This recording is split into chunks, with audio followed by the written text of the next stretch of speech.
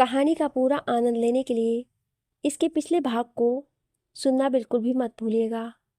उसका प्लेलिस्ट का लिंक मैं आपको डिस्क्रिप्शन बॉक्स पर दे दूंगी और साथ में कमेंट बॉक्स में पिन भी कर दूंगी, तो आप वहां से भी जाकर सुन सकते हैं। एकांत को देखकर आर्या मुस्कुरा दी। एकांत ने दूसरी तरफ देखा और फिर एक गहरी सांस लेकर आर्या की तरफ देखने लगा। आर्या दोबारा बाहर की तरफ पलट गई और उसने कहा, कम हैव अ ड्रिंक। एकांत उसके पास आ गया। उसने चेयर खींची और बैठ गया। आर्या आराम से अपना कोला पीती रही। एकांत ने बाहें निकाली और गिलास में डाल दी। फिर उसका एक घूंट भरकर उसने कहा, हाँ this is quite nice. Arya मुस्कुरा दी। एकांत ने इधर उधर देखा, फिर कहा, तो तुम्हें पता था कि मैं आने वाला हूँ, इसीलिए कोई भी सिक्योरिटी गार्ड यहाँ पर नहीं है ना? आर्य ने बिना उसकी तरफ देखे सिर हिलाते हुए कहा, बिल्कुल, मुझे पता था कि ऐसी सिचुएशन में तुम जरूर यहाँ आओगे। वरिष्ठ ने मुझे जाने के लिए कह दिया। वशिष्ठ को गोली लगी, अब वो सिम्बा पता नहीं कहाँ गया है, तो तुम तो आओगे ही। एकांत ने उसकी तरफ देखा, फिर कहा, तुम्हें क्या लगता है अगर वो अबो सिम्बा यहाँ पर होता तब भी मैं यहाँ आता? आर्या मुस्कुरा दी और कहा, मुझे कोई डाउट नहीं है, तुम जरूर आते, ये मुलाकात होनी जरूरी थी। एकांत ने वाइन के गिलास को हाथ में घुमाते हुए कहा, तो कब से पता था तुम्हें? आर्य ने उसकी तरफ देखा और कहा, फैक्ट्री वाले अटैक के बाद से ही, जब तुम सामने आए थे मुझे पता चल गया था कि वो तुम ही हो। थोड़ा डाउट था, पर जब उस फैक्ट्री में तुम भागे थे तो स्टेयर्स पर तुम्हारे हाथ में चोट लग गई थी। एकांत को याद आने लगा, जब अभो सिम्हा उसके पीछे फैक्ट्री में भाग रहा था तब स्टेयर्स पर उसका हाथ रेलिंग के कोने से छू गया था और हल्की सी खरोच उसे लग गई थी। आर्या भागते हुए रुकी और उसने हल्का सा खून स्टेयर्स पर देखा। फिर वो दोबारा अभो सिम्हा और एकांत के पीछे भाग गई। आर्या ने कहा, तुम डायरेक्ट अधिराज के साथ हमारे घर आ गए। मैंने तुम्हारे हाथ में खरोच देखी, फिर भी मैं यकीन नहीं करना चाहती थी कि तुम वही अटैक करो। एकांत ने उसकी तरफ देखा, फिर कहा, तो फिर कैसे यकीन आया? आर्य ने कहा, डीएनए टेस्ट आजकल कॉमन है। एकांत ने उसकी तरफ हैरानी से देखा। आर्य ने मुस्कुराकर कहा, मैंने अपने कुछ लोगों को वहाँ वापस भेजा था। तुम्हारा खून वहाँ तब भी था। वहाँ से सैंपल कलेक्ट किया गया और जहाँ तुम रेगुलर चेकअप के लिए जाते हो वहाँ से तुम्हारा कंपेयर करने के लिए सैंपल लेना काफ़ी आसान था। एकांत मुस्कुरा दिया, फिर वो हंसने लगा। एकांत ने कहा, वाह, जितना मैंने तुम्हें जाना है और जितना तुम्हारे बारे में पता किया है तुम उससे कहीं ज़्यादा हो Arya. Really I am too impressed.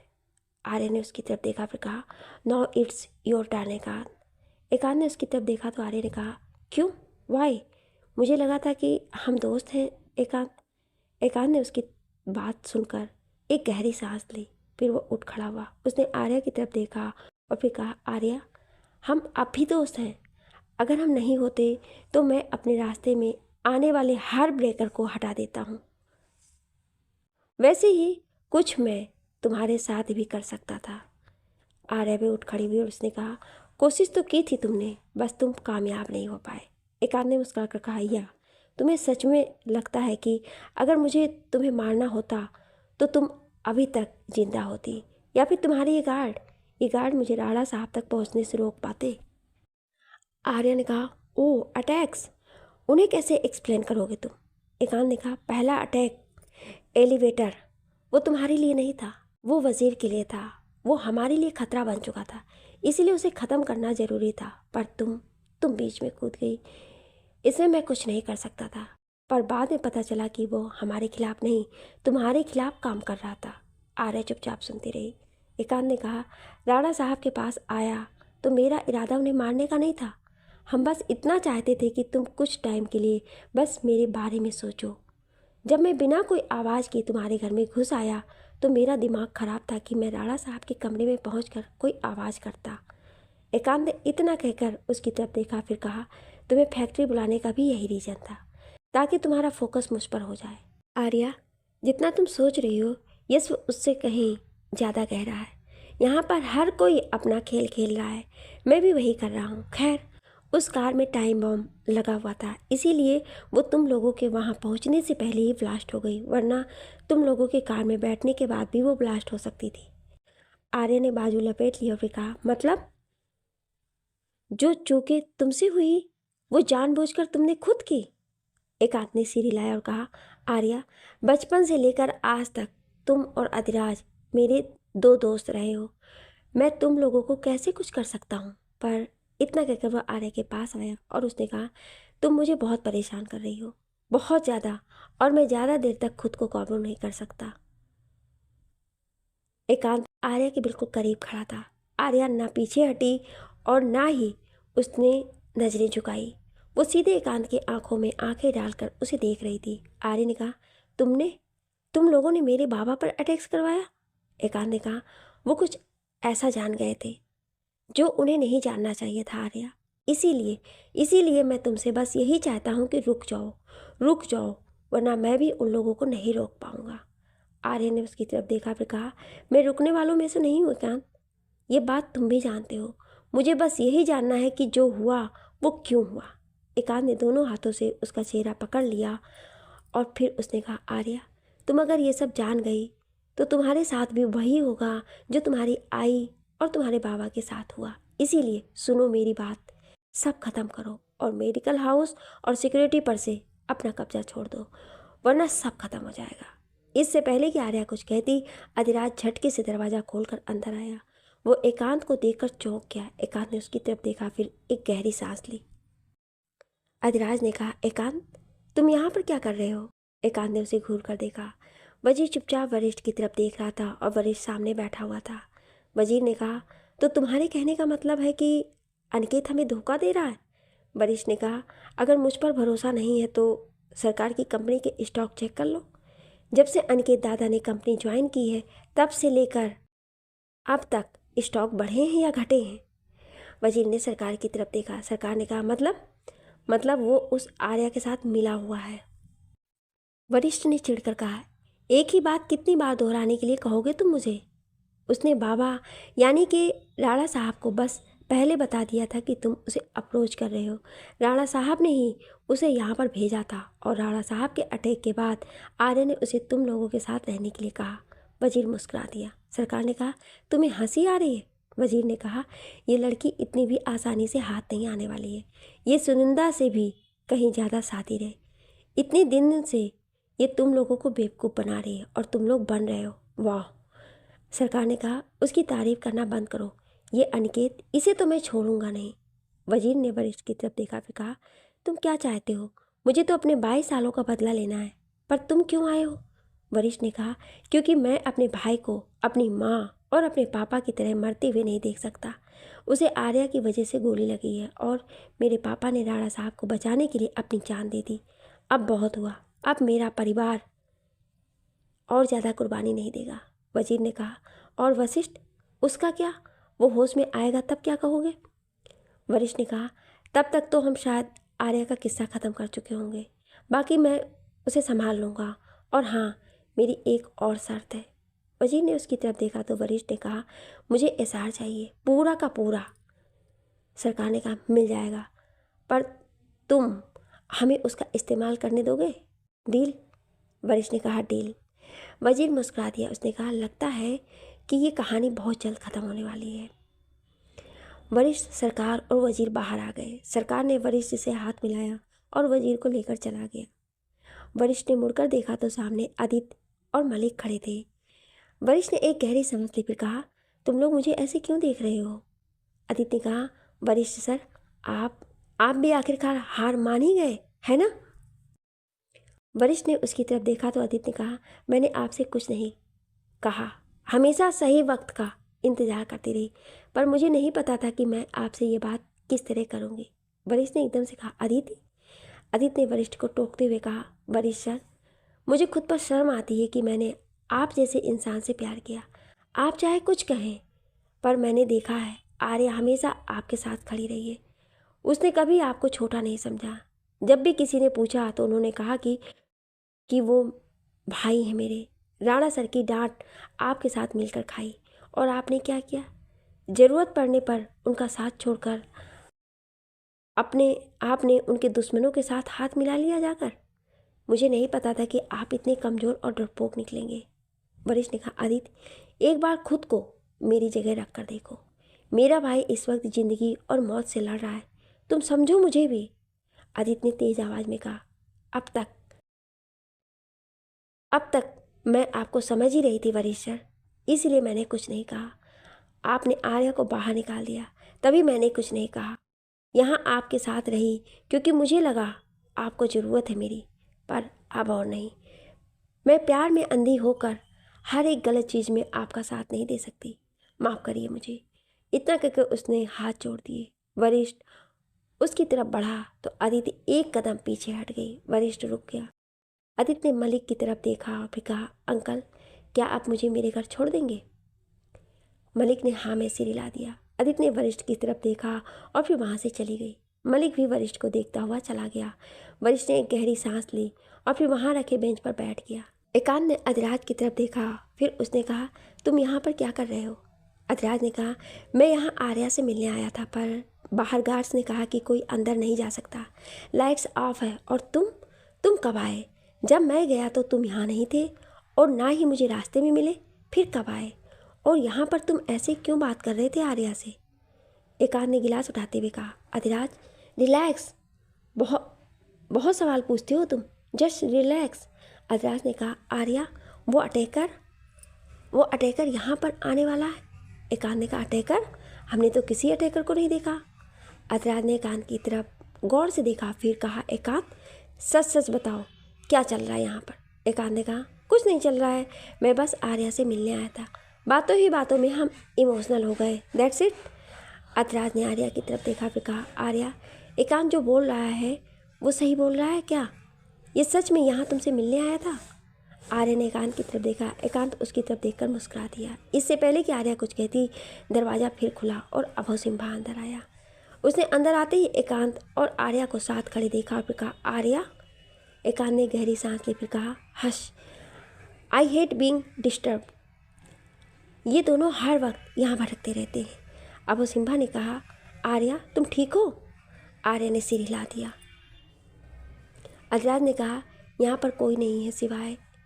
इतना कहकर उसने एकांत की तरफ देखा और फिर कहा, सिवाय एकांत के। एकांत ने कहा, मैंने कहा ना। अभय सिम्हा ने एकांत की तरफ देखा। एकांत उसे देखकर मुस्कुरा दिया।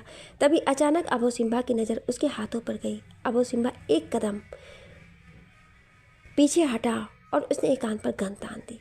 एकांत हंस पड़ा और उसने कहा, इश सीरियसली? अधिराज ने कहा, अभय सिम्हा ने कहा, एकांत तुमने हाथ में वैसे ही ग्लव्स क्यों पहने हैं जैसे उस अटैकर के हाथ में थे? और टेबल पर ये कैप और मास्क क्या कर रहा है?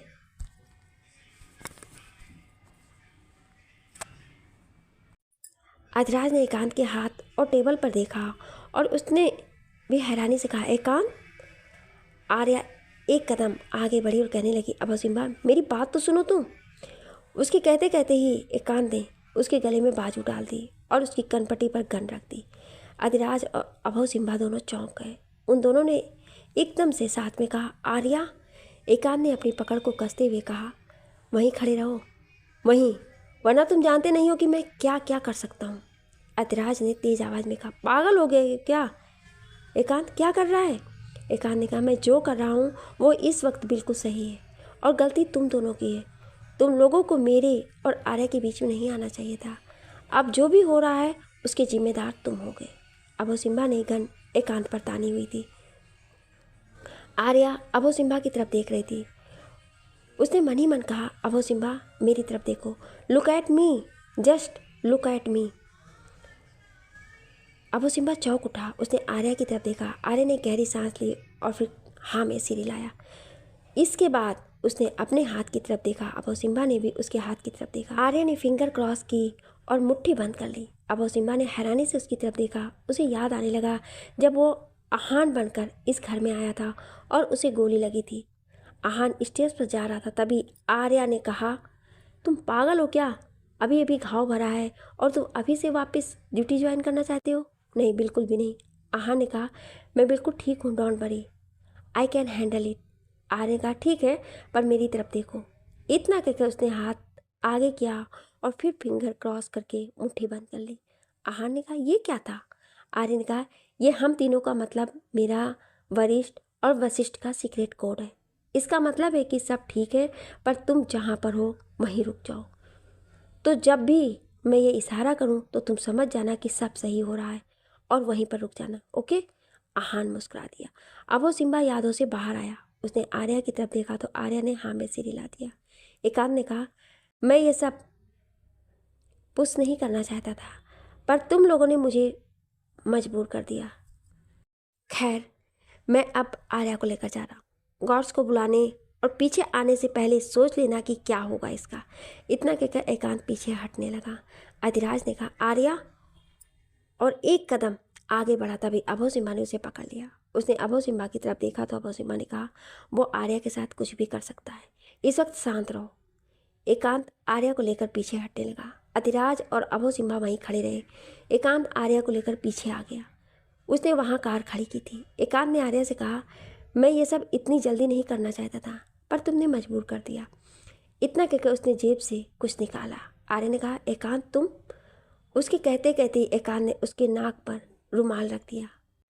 आर्या बेहोश होकर झूल गई। तभी अभो सिम्हा और अधिराज बाहर आ गए। एकांत ने आर्या को कार की पिछली सीट पर डाला और फिर उन दोनों की तरफ देखकर कार में बैठकर चला गया। अधिराज ने कहा, आर्या, और वो आगे बढ़ा, पर अभो सिम्हा ने उसका हाथ पकड़ लिया। अधिराज ने उसकी तरफ देखा, फिर कहा, क्या कर रहे हो तुम, पागल हो गए हो क्या? अभो सिम्हा ने कहा, शांत हो जाओ, आर्या खुद उसके साथ गई है। अधिराज ने हैरानी से उसकी तरफ देखा। सरकार और वजीर आराम से अपने घर में बैठे हुए थे। सरकार ने कहा, बॉस ने कहा है कि अनिकेत की वो देख लेंगे, हमें चिंता करने की ज़रूरत नहीं है। वजीर ने कहा, एक लड़की ने सबको बेवकूफ़ बना कर रखा हुआ है। सरकार कुछ कहता उससे पहले ही उसके फ़ोन बज उठा। उसने फ़ोन की तरफ देखा तो वो कांप उठा। वजीर ने कहा, क्या हुआ?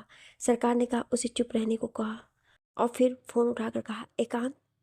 एकांत तेजी से कार चलाता हुआ कहने लगा, सब के सब बिल्डिंग में पहुंचो, आज हमारा फाइनल प्लान एग्जीक्यूट होगा। सरकार ने चौंक कर कहा, आज? पर बॉस ने। एकांत चीखते हुए कहने लगा, जो मैं कह रहा हूँ वो करो, समझे तुम? इतना कहकर उसने फ़ोन पटक दिया। वजीर ने सरकार की तरफ देखा, फिर कहा, क्या हुआ? सरकार ने कहा, आज हंगामा होने वाला है, हमें वरिष्ठ को बुलाना होगा।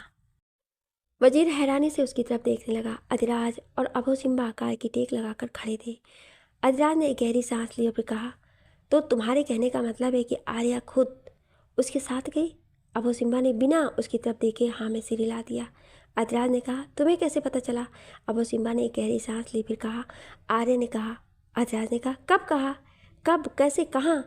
अभो सिम्हा ने कहा, तुम नहीं समझोगे। अधिराज ने कहा, और अब हम यहाँ पर क्या कर रहे हैं? अभो सिम्हा ने कहा, इंतज़ार। अधिराज ने कहा, किसका, किस बात का? अभो सिम्हा ने कहा, पता नहीं, पर हमें इंतज़ार करना होगा। अधिराज ने कहा, अभो सिम्हा, तुम पागल हो चुके हो। अभो सिम्हा कुछ कहता तभी उसका फ़ोन बज उठा। उसने फ़ोन की तरफ देखा और फिर वो मुस्कुरा दिया। उसने फ़ोन को अधिराज को दिखाते हुए कहा, मैंने कहा था ना, आर्या इतनी आसानी से किसी के हाथ नहीं आती।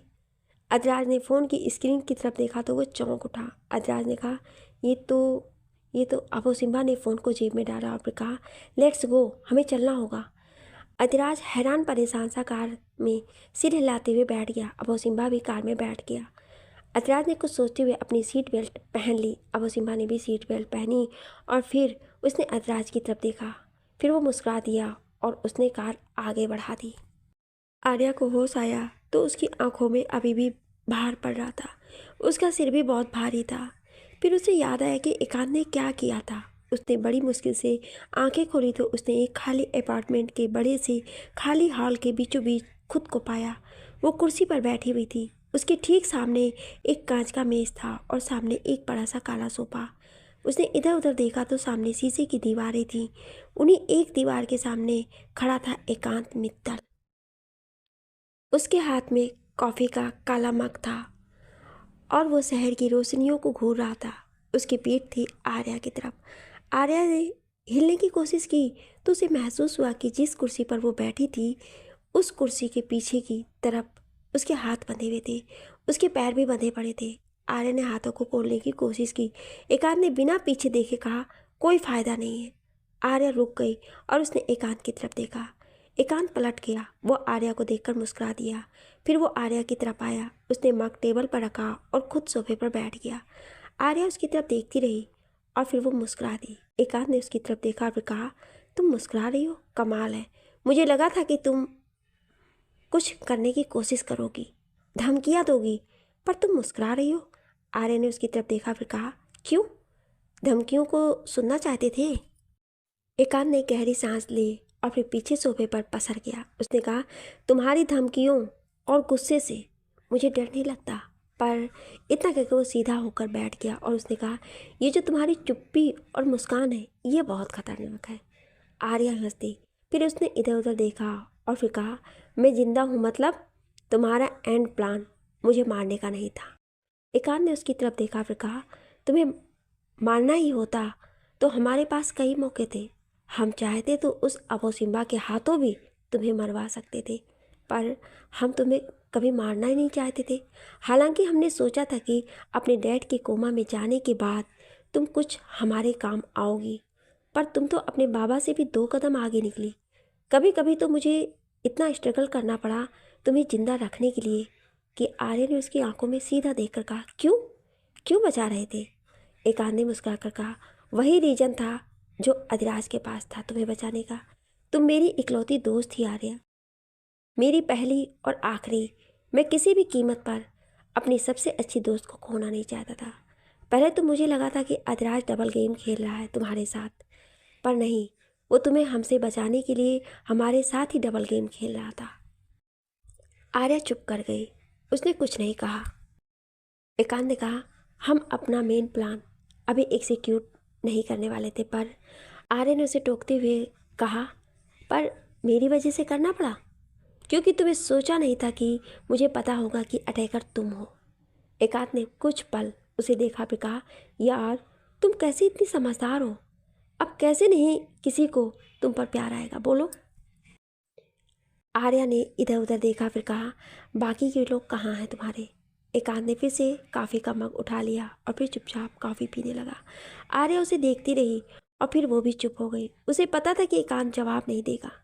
एकांत ने कॉफ़ी ख़त्म की, फिर उसने टाइम देखा तो उन्हें उस जगह पहुँचे हुए 2 घंटे हो चुके थे। उसने आर्या की तरफ देखा, आर्या उसी की तरफ देख रही थी। एकांत ने कहा, कुछ खाओगी? हालांकि खाना मेरे हाथ से पड़ेगा, सॉरी, पर तुम्हारे हाथ खोलने का रिस्क नहीं ले सकता मैं। आर्या ने कहा, इसकी ज़रूरत नहीं पड़ेगी।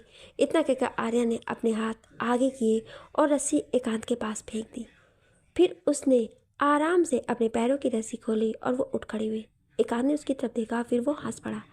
आर्या ने उसकी तरफ देखा, फिर एक जोरदार की अंगड़ाई ली। एकांत ने कहा, तुम्हें सच में लगता है कि तुम यहाँ से भाग सकती हो? आर्या मुस्कुरा दी और उसने कहा, भागने की बात की भी किसने है? इतना कहकर वो आगे बढ़ी। उसने एकांत को क्रॉस किया और आराम से सोफे पर बैठ गई। फिर उसने एकांत की तरफ देखकर कहा, किस लिए, क्यों कर रहे हो सब? जिस एकांत को मैं जानती हूँ वो किसी को भी दर्द नहीं दे सकता, चोट नहीं पहुँचा सकता, फिर क्यों? एकांत ने बिना किसी लाग लपेट के कहा, अपनी माँ के लिए। आर्यन ने उसकी तरफ चौंक कर देखा, फिर उसने कहा, तुम्हारी मॉम, वो तो तब तब उनकी डेथ हुई थी जब हम मिडिल स्कूल में थे ना? एकांत सामने की कुर्सी पर बैठ गया। फिर उसने कहा, नहीं, उनकी मौत तभी हो गई थी जब मैं पैदा हुआ था।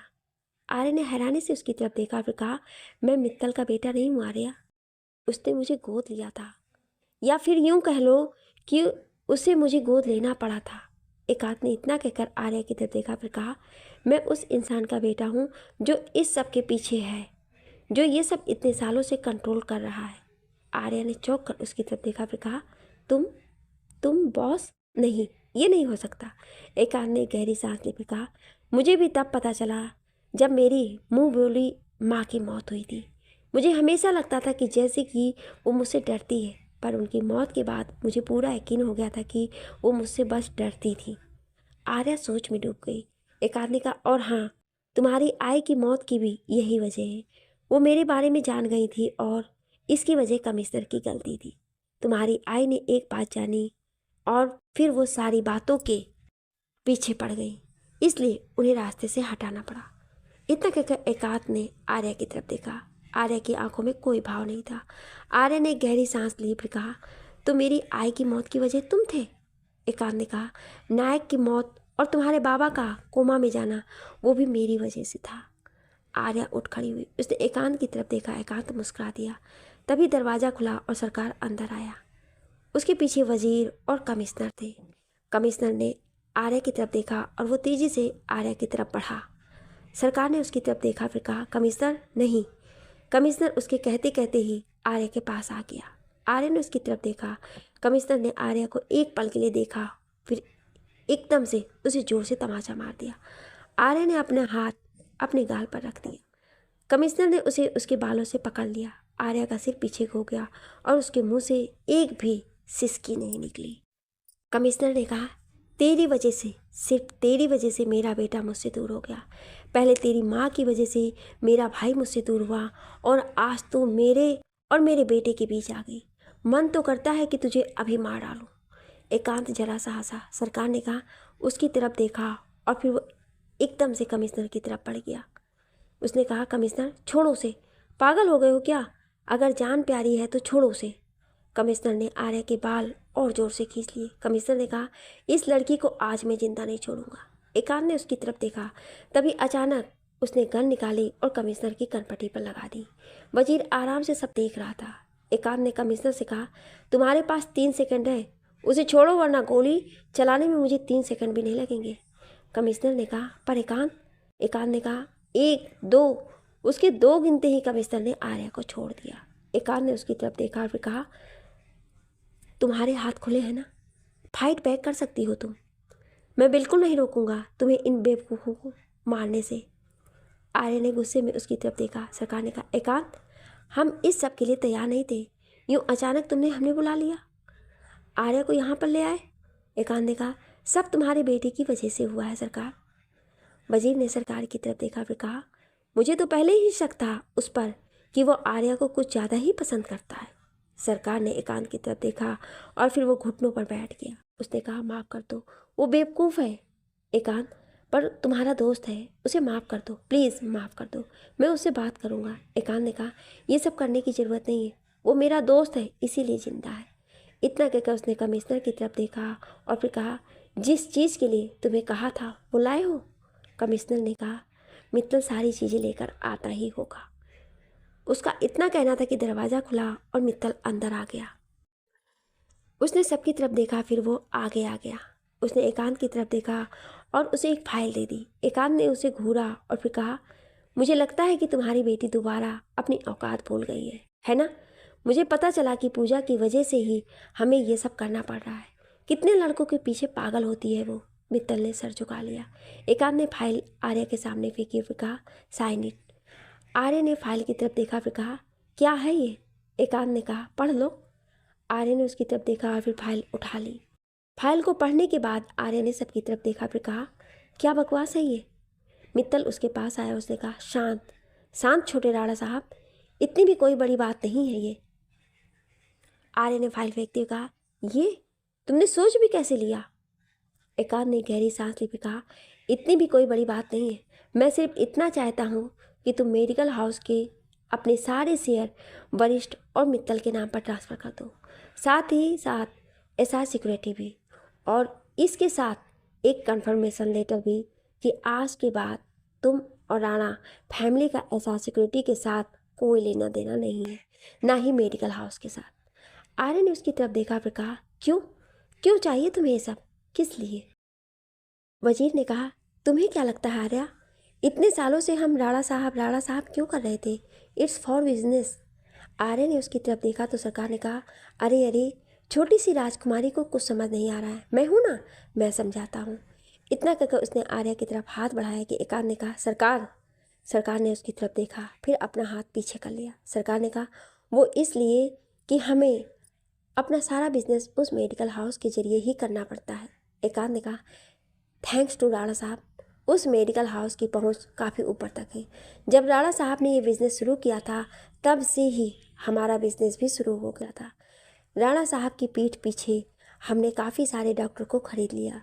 ड्रग्स ट्रांसपोर्ट, अल्कोहल ट्रांसपोर्ट, यहाँ तक कि ऑर्गेन ट्रांसपोर्ट, सब राणा मेडिकल हाउस से होने लगा। और जानती हो, ट्रांसपोर्ट करने में सबसे ज़्यादा मदद कौन करता था? आर्या ने उसकी तरफ देखा तो एकांत ने कहा, सही सोच रही हो, एसआर सिक्योरिटी, उसकी ट्रांसपोर्ट सर्विसेज बिना किसी चेकिंग के कहीं भी जा सकती है। हमने बहुत कोशिश की कि तुम्हारे परिवार तक ये बात ना पहुँचे, पर पहले तुम्हारी आई और फिर तुम राणा साहब और अब तुम आर्या। पहले तो हमने सोचा था कि हल्के से तुमसे सब लेंगे, पर तुमने कोई मौका नहीं छोड़ा। आर्य ने गहरी सांस ली, फिर कहा, तुम लोग इंसान नहीं हो। कमिश्नर ने कहा, हमें इंसान होने का सर्टिफिकेट तुमसे लेने का शौक नहीं है, साइन करो चुपचाप। आर्य ने उसकी तरफ देखा तो एकांत ने कहा, चिंता मत करो, साइन करने के बाद तुम्हारा क्या होगा। इतना कहकर उसने मित्तल की तरफ देखा। मित्तल ने तुरंत एक लिफाफा एकांत के हाथ में दे दिया। एकांत ने लिफाफा लिया और फिर कहा, साइन करते ही तुम्हें और राणा साहब को वजीर के साथ दुबई भेज दिया जाएगा। और हाँ, तुम वैसी ही लग्जरी लाइफ जियोगी जैसे तुम जीती आ रही हो, पर यहाँ के लोगों के लिए तुम। इतना कहकर एकांत ने अपनी गर्दन पर हाथ फिराया। आर्य ने कहा, तो इतने सालों से तुम ये सब काम चुपके से करते रहे, ताकि अगर कोई प्रॉब्लम भी आती है तो राणा फैमिली पर ब्लेम आए, तुम लोगों पर नहीं। एकांत ने हाँ में सिर हिला दिया। वजीर ने कहा, चलो बस करो, बहुत हो गई बातें, अब एक्शन का वक्त है। आर्य ने सबकी तरफ देखा, फिर कहा, और अगर मैं साइन ना करूँ तो मार डालोगे मुझे। एकांत मुस्कुरा दिया। उसने कहा, मुझे पता है तुम्हें अपनी जान की परवाह नहीं है, पर जिसकी है वो चीज़ हमारे पास है। इतना कहकर उसने आवाज़ लगाई, वरिष्ठ। वरिष्ठ बाहर आ गया। उसने अनिकेत को कॉलर से पकड़ा हुआ था। अनिकेत खून से लथपथ हो चुका था। अनिकेत के मुंह से भी खून निकल रहा था। वरिष्ठ ने उसे लाकर पटक दिया। अनिकेत घुटनों के बल गिर गया। आर्य ने एकदम से कहा, दादा। इतना कहकर वो अनिकेत की तरफ बढ़ी। एकांत ने उसका हाथ पकड़ लिया। एकांत ने कहा, पहले साइन। आर्य ने उसे घूर कर देखा, फिर कहा, एकांत लीव मी। एकांत ने एक गहरी सांस ली और फिर उसके बाजू उसने छोड़ दी। फिर वो दूसरी तरफ देखने लगा। आर्या अनिकेत के पास पहुंची और उसने अनिकेत का चेहरा अपने हाथों में ले लिया। उसने हल्के से कहा, दादा। अनिकेत ने उसकी तरफ देखा, फिर कहा, I am sorry Arya. Arya की आंखों से आंसू निकल गए। उसने अनिकेत को गले से लगा लिया। फिर उसने वरिष्ठ की तरफ देखा। वो एकदम से खड़ी हो गई। वो वरिष्ठ के पास गई और उसने वरिष्ठ को एक जोरदार तमाचा मार दिया। वरिष्ठ ने उसकी तरफ देखा, फिर एक कदम पीछे हटकर गन निकालकर आर्या पर तान दी।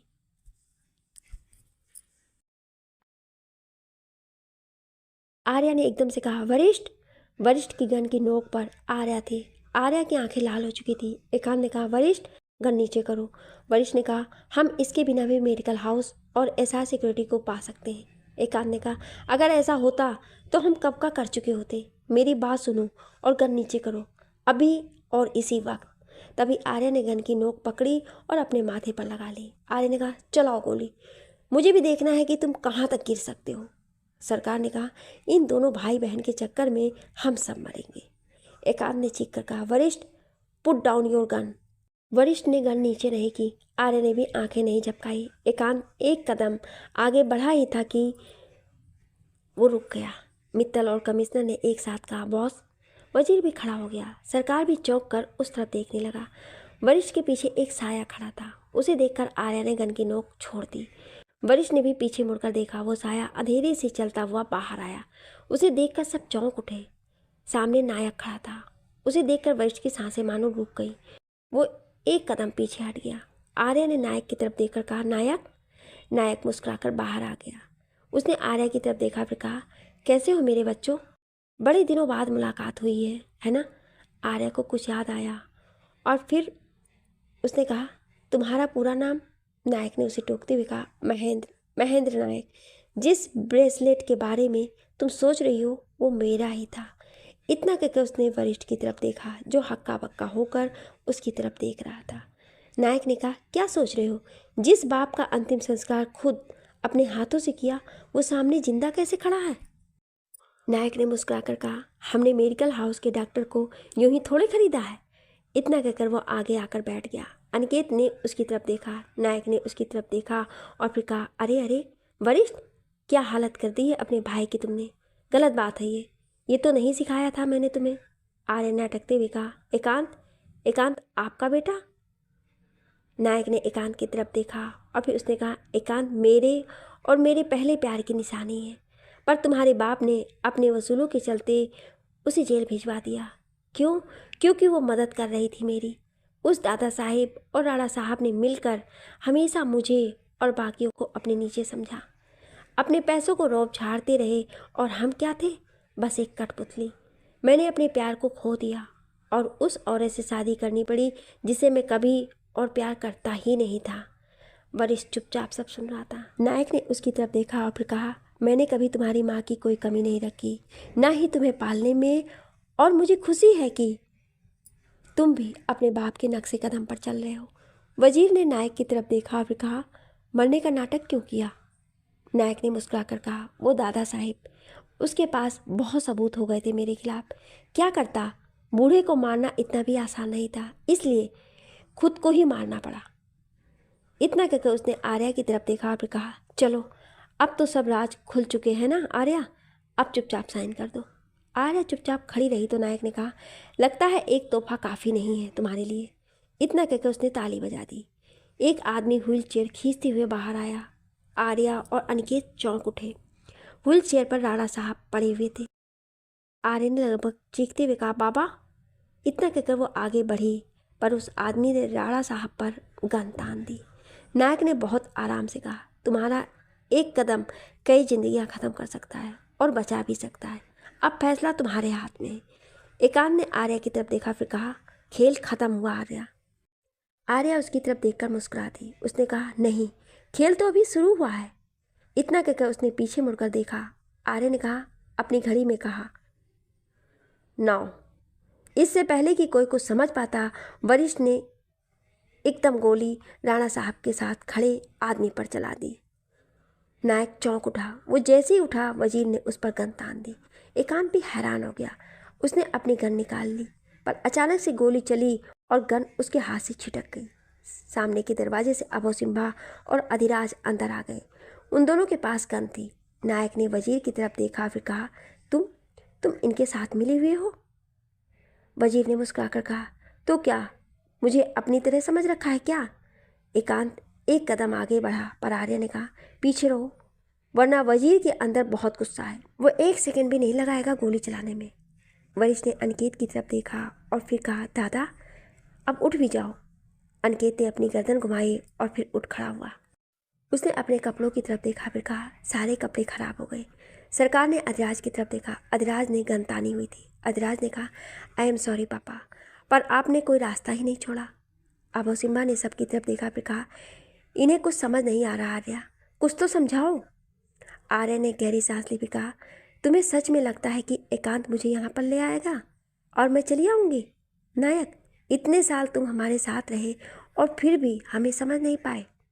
इतना कहकर उसने कहा, वजीर ने हमें सब कुछ बता दिया था, ये भी कि किस तरह उस एक्सीडेंट के बाद तुमने सारा इल्ज़ाम उस पर डाल दिया था।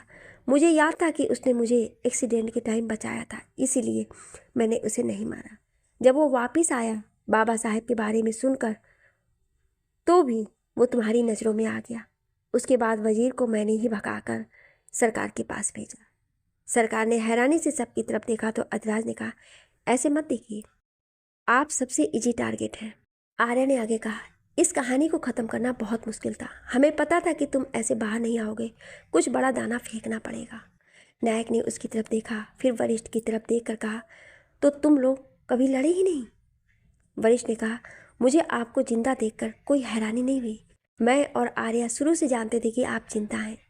अनिकेत और आर्या के अलावा सब चौंक उठे। अभो सिम्हा ने कहा, तुम लोग सब जानते थे? आर्या ने कहा, अधिराज ने जब हमें पेन ड्राइव के बारे में बताया, तब मेरे दिमाग में एक आइडिया आया। मैं जानती थी कि सरकार वरिष्ठ और वशिष्ठ को मेरे खिलाफ करने की कोशिश कर रहा था, इसीलिए। इतना कहकर वो अधिराज की तरफ मुड़ी और उसने कहा, जब तुमने पेन ड्राइव के बारे में बताते वक्त हमारे घर में ऑडियो ब्लूटूथ डाला था, मैंने देख लिया था। अधिराज चौंक उठा। इतना कहकर वो अभो सिम्हा की तरफ मुड़ी और उसने कहा, तुम्हें भी पिलर के पीछे छिपते हुए देख लिया था। और फिर उसने याद किया। आर्या ने अधिराज को ऑडियो ब्लूटूथ डालते हुए देख लिया। अधिराज चला गया। आर्या ने अभो सिम्हा को पिलर के पीछे छुपते हुए देख लिया। वशिष्ठ ने कहा, आप क्या करें?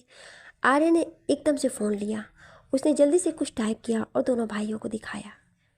उसने लिखा था, अधिराज ऑडियो ब्लूटूथ डाल गया है और अभो सिम्हा पिलर के पीछे है। दोनों भाई चौंक उठे और चुप हो गए। आर्या ने फिर कुछ लिखा और अपने भाइयों को दिखाया।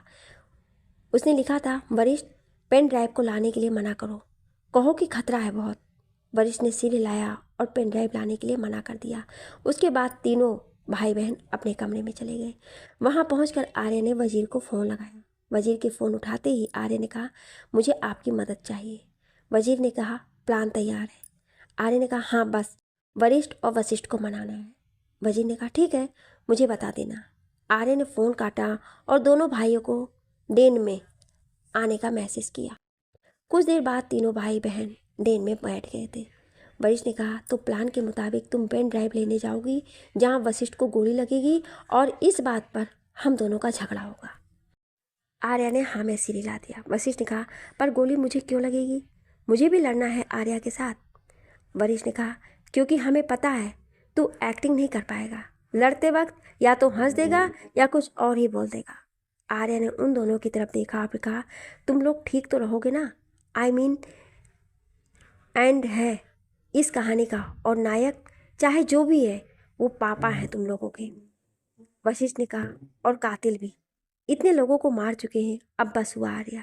गलत गलत होता है, चाहे जो भी हो। वरिष्ठ ने कहा, आर्या, हम लोगों ने वादा किया था ना, हम हमेशा साथ रहेंगे, तो फिर बस इस बारे में मत सोचो। आर्या मुस्कुराती। वो उठ खड़ी हुई और उसने कहा, अनिकेत दादा को बता दो, उनके जानने का वक्त आ गया है कि बॉस कौन है। और वजीर को भी मैसेज कर दो जो वशिष्ठ पर गोली चलाएगा। मैं अकेली हूँ, ये सुनकर एकांत जरूर आएगा। मुझे पूरा यकीन है, खतरा तो है पर हमें खतरा मोल लेना पड़ेगा। उन दोनों ने सिर हिला दिया। तीनों एक दूसरे के गले लगे और फिर बाहर निकल आए। सब सुनते ही अधिराज ने कहा, वाह, you guys are amazing. Abu Simba ने कहा, एक लड़की और सबको नाच नचा दिया सब उसने। आर्य ने कहा, हम लोगों के पास ट्रैकर है, हम एक दूसरे को बड़ी आसानी से ट्रैक कर सकते हैं। बाकी तो क्या हुआ ये आप सबको पता है। एकांत ने उन सब की तरफ देखा, फिर कहा, शायद तुम लोग भूल रहे हो कि तुम लोग मेरे इलाके में हो। आर्य ने उसकी तरफ देखा तो एकांत मुस्कुरा दिया। तभी लाइट ऑफ हुई। सब इधर उधर देखने लगे। अबू सिम्बा को स्विच दिखा और उसने लाइट ऑन कर दी।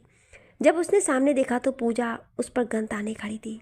उसने पलट कर देखा तो अधिराज पर एकांत गन ताने खड़ा था। कमिश्नर, सरकार और मित्तल के हाथ में भी गन थी। आर्य ने पलट कर देखा तो नायक राणा साहब पर गन ताने खड़ा था। नायक ने वरिष्ठ की तरफ देखा और फिर कहा, तुम भी अपनी माँ की तरह निकले। मैंने उसे समझाने की कोशिश की थी बहुत, पर उसके खून में तो वफादारी बहती थी। तुम भी उसकी तरह हो, गंदा खून। नायक ने इतना कहकर आर्या की तरफ देखा और फिर कहा, अपना सबसे नायाब हथियार अंत तक बचा कर रखना चाहिए आर्या। आर्या ने उसकी तरफ देखा और फिर कहा, सही कहा, अपना असली हथियार अंत तक बचा कर रखना चाहिए। नायक ने उसकी तरफ हैरानी से देखा। आर्या ने एक गहरी सांस ली और फिर कहा, बाबा। उसके इतना कहते ही राणा साहब ने आंखें खोल दी।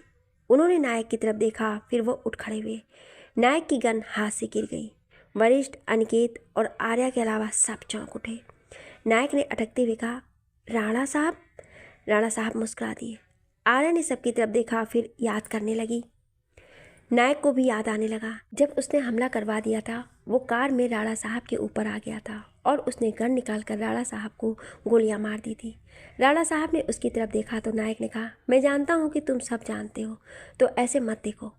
आर्या जब राणा साहब के पास आई तो राणा साहब ने कुछ कहा। आर्या को सुनाई नहीं दिया तो उसने अपना कान राणा साहब के पास लगा दिया। राणा साहब ने कहा, नायक, नायक ने किया सब। इतना कहकर वो बेहोश हो गए। राणा साहब के ऑपरेशन के बाद तो डॉक्टर ने आर्या को बताया कि राणा साहब ठीक हैं। आर्या ने कहा, डॉक्टर, जब तक मैं ना कहूँ ये बात बाहर नहीं जानी चाहिए कि बाबा ठीक है। डॉक्टर ने सिर हिला दिया। वरिष्ठ, वशिष्ठ और आर्या सब राणा साहब के सामने खड़े थे। राणा साहब ने वरिष्ठ और वशिष्ठ की तरफ देखा और कहा, मुझे माफ़ करना तुम दोनों, पर जो भी मैंने कहा वो सच है। अनिकेत ने कहा, आपको कैसे पता चला बाबा साहब? राणा साहब ने गहरी सांस ली, फिर कहा, दादा साहब ने एक आदमी को नज़र रखने के लिए लगाया था। नायक ने उस आदमी को दादा साहब के घर पर देख लिया। मैं सब जान पाता इससे पहले ही नायक जान गया कि हमें शक हो चुका है। वरिष्ठ ने सिर झुकाकर कहा, हम आपसे माफ़ी मांगते हैं बाबा साहब, हम ऐसे इंसान के बच्चे हैं। राणा साहब ने कहा, इसमें तुम लोगों की कोई गलती नहीं है। पर अब मैं चुप नहीं रहूँगा, अब मैं नायक को ढूंढ कर रहूँगा। आर्या ने एकदम से कहा, नहीं, आप कुछ नहीं करेंगे। सबने उसकी तरफ देखा तो आर्या ने कहा, आपकी हालत ख़राब है, ये सुनकर आपके दुश्मन खुलकर सामने आएंगे। दादा को तो मैं सरकार के पीछे लगा ही चुकी हूँ, बाकियों को बिल से निकालने का यही सही मौका है बाबा। राणा साहब ने कहा, करना क्या चाहती हो तुम? आर्या ने कहा, जब तक कि मैं ना कहूँ तब तक आप कोमा में हैं, आप कुछ नहीं करेंगे। दादा साहब को भी मैं मना लूँगी, अब उनकी लड़ाई उन्हीं के तरीके से लड़ी जाएगी। इतना कहकर आर्या ने सबकी तरफ देखा। आर्या अपनी यादों से बाहर आई। राणा साहब ने नायक की तरफ देखा और कहा, मैं सच में तुम्हें अपना भाई मानता था नायक। नायक एक कदम पीछे हटा। उसने कहा, पर मैं नहीं मानता। इतना कहकर उसने एकदम से गन उठानी चाहिए। आर्या ने एकदम से ये देखा और गन को किक मार दी। गन मित्तल के पास जाकर रुक गई। उसने गन उठानी चाहिए, पर तभी अभय सिम्हा ने एकदम से पूजा को धक्का दिया और सोफे पर से कूदकर मित्तल पर कूद गया। मित्तल एक तरफ गिर गया। एकांत ने अभय सिम्हा पर गोली चलानी चाहिए, पर अधिराज ने उसके हाथ पर एक जोरदार किक मार दी। एकांत की गन नीचे गिर गई। कमिश्नर ने भी मौका देखा, पर इससे पहले कि वरिष्ठ ने गोली चला दी। गोली कमिश्नर के कंधे पर जा गिरी। उसके हाथ से गन छूट गई। आर्या ने एकदम से गन उठानी चाहिए। पूजा की नज़र आर्या पर पड़ी। उसने आर्या को निशाना बनाया। एकांत की नज़र पूजा पर पड़ी। उसने एकदम से पूजा पर गोली चला दी। पूजा ने भी जो गोली चला दी, एकांत की गोली पूजा को जा लगी। पूजा की गोली वहाँ से भाग रहे सरकार को जा लगी। मित्तल ने पूजा को गिरते हुए देखा। उसने अभय सिम्हा को धक्का दिया और फिर उसने एकांत पर गोली चला दी। गोली एकांत के सीने में जा लगी और वो आर्या की बाहों में जा गिरा। नायक ने पड़ी हुई गन उठाई और मित्तल पर ताबड़तोड़ फायरिंग कर दी। फिर उसने बाकी सब पर गन तान दी, पर तभी धमाका हुआ और दरवाज़ा खुला। हाथ पर प्लास्टर बांधे वशिष्ठ, प्रथम और अद्विक दरवाजे पर थे। उनके साथ कमांडो थे। उन्होंने एकदम से नायक को दबोच लिया। नायक चीखने लगा, छोड़ो मुझे, मैं नहीं हार सकता, कभी भी नहीं, छोड़ो। आर्या अपने बाहों में गिरे एकांत की तरफ देख रही थी। एकांत ने उसकी तरफ देखा। वो मुस्कुरा दिया और फिर उसने अपनी आंखें हमेशा के लिए बंद कर ली। 1 महीने बाद न्यूज़ चैनलों पर कुछ खबर इस तरह दिखाई दे रही थी, राणा मेडिकल हाउस पर चल रहे केस को आखिरकार ख़त्म कर दिया गया। राणा मेडिकल हाउस को क्लीन चिट मिल गई है। इसी के साथ ही राणा साहब भी कोमा से बाहर आ चुके हैं। गौरतलब है कि 1 महीने पहले हुए शूट आउट में बिजनेसमैन सरकार, बिजनेसमैन मित्तल और उनके बेटे एकांत मित्तल और बेटी पूजा मित्तल की मौत हो गई थी। बताया जा रहा है कि इस सारे हत्याकांड की वजह उनका बॉस यानी कि महेंद्र नायक से जुड़े होना था। पुलिस की माने तो अपने बीच की लड़ाई को सुलझाते हुए ही वो सब एक दूसरे पर गोली चला बैठे और मारे गए। कमिश्नर राठौड़ को भी नायक समेत कस्टडी में ले लिया गया। आर्या ने टीवी बंद कर दिया और बाहर आ गई। बाहर राणा साहब, दादा साहेब, वजीर और मलिक बैठे हुए थे। एक तरफ वरिष्ठ और वशिष्ठ, प्रथम और अद्विक, अनिकेत बैठे हुए थे। अदराज भी उनके साथ ही था। एक तरफ अदिति बैठी हुई थी। फर्श पर टाइगर और पैंथर खेल रहे थे। वशिष्ठ ने कहा, रहने दो, तुम तो अदिति, 1 महीने पहले तो तुम मेरे भाई को छोड़कर चली गई थी। अदिति ने कहा, तो मुझे क्या पता था कि वरिष्ठ सब आप लोगों के लिए कर रहे हैं, वरना मैं भी कुछ मदद कर देती। वरिष्ठ ने उसके गले में बाजू डाल दी और कहा, अगर उस वक्त तुम वैसे रिएक्ट नहीं करती तो मुझे पता ही नहीं चलता कि मैंने कितनी औसम लड़की से प्यार किया है। बाकी सब उनको देखकर मुंह बनाने लगे। अधिराज ने कहा, हाँ बस बस भी करो, ज़्यादा शो ऑफ करने की ज़रूरत नहीं है। आओ, तुम्हें देखकर भी मुझे कुछ हो रहा है। आइस। अद्विक ने कहा, सच में ये तो पूरा गया। प्रथम और वशिष्ठ मुस्कुरा दिए। अधिराज ने कहा, हमारे सबसे ज़्यादा प्यार में डूबे कपल कहाँ पर हैं वैसे? ये सुनकर आर्या उनकी तरफ बढ़ी, पर तभी किसी ने उसे पिलर के पीछे खींच लिया। आर्या ने चौंक कर देखा तो सामने अभय सिम्हा खड़ा था। अभय सिम्हा ने उसे कसकर पकड़ रखा था। खुद वो पिलर के साथ लगा हुआ था। आर्या ने कहा, क्या कर रहे हो तुम? अभय सिम्हा ने कहा, रोमांस अपनी गर्लफ्रेंड के साथ। कोई दिक्कत आपको? आर्या मुस्कुरा दी। अभय सिम्हा ने आगे झुककर उसका माथा चूम लिया। आर्या ने आंखें बंद कर ली। अभय सिम्हा ने कहा, थैंक यू। आर्या ने उसकी तरफ देखा, फिर कहा, क्यों? अभय सिम्हा ने कहा, मुझे यकीन था तुम मुझे ज़रूर बचा लोगी। आर्या मुस्कुरा दी। तभी अधिराज की आवाज़ आई, थोड़ा सा थैंक यू हमारे लिए भी बनता है। इतना कहकर अधिराज पिलर की एक साइड से सामने आ गया। अब वो सिम्बा और आर्या दूसरी तरफ जाने लगे तो वहाँ से वशिष्ठ आ गया। अधिराज ने कहा, इतनी आसानी से हम अपनी चीज़ को तुम्हारा होने नहीं देंगे ना? बिल्कुल भी नहीं। वशिष्ठ ने कहा, बिल्कुल सही, हम इतनी आसानी से हार नहीं मानेंगे।